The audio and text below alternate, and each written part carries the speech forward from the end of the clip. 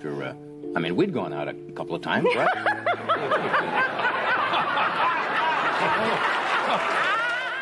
During his 30-year reign with The Tonight Show, Johnny Carson interviewed over 22,000 guests, and on camera, he was every star's best friend. But when the studio lights went out, the truth took on a completely different color. And now he unmasks 7 Hollywood monuments who can be summed up in 2 words: total scumbags.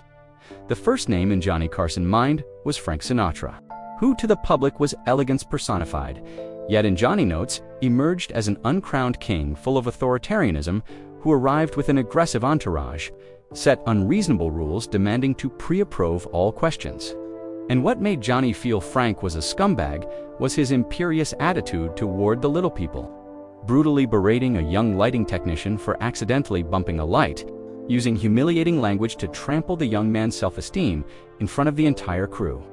Jerry Lewis was the king of comedy, but the second lights went out, that funny kid vanished, leaving a grumpy, dictatorial man demanding absolute worship and interrupting to make demeaning jokes. And Johnny felt disgusted by Jerry's hypocrisy.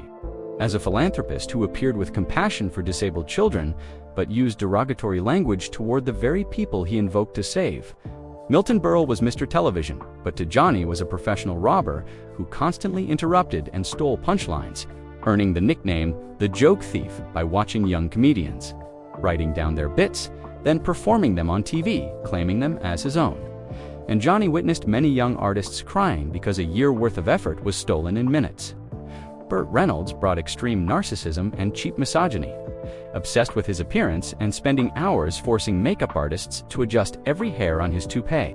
And what made Johnny sick was Burt's attitude toward female guests, turning them into ornaments for rude jokes and making unwanted physical contact in front of backstage staff.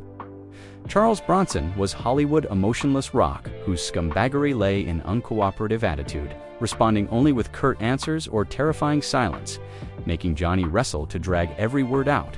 And backstage, Bronson never greeted anyone, once making a young staff member cry with his contemptuous attitude. Chevy Chase walked in not as a guest, but like a superior, using vicious words to criticize stagehands.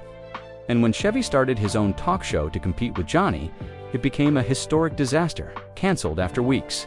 And Johnny confessed he couldn't hide his satisfaction, publicly satirizing the failure because Chevy needed to understand that being a host requires humility.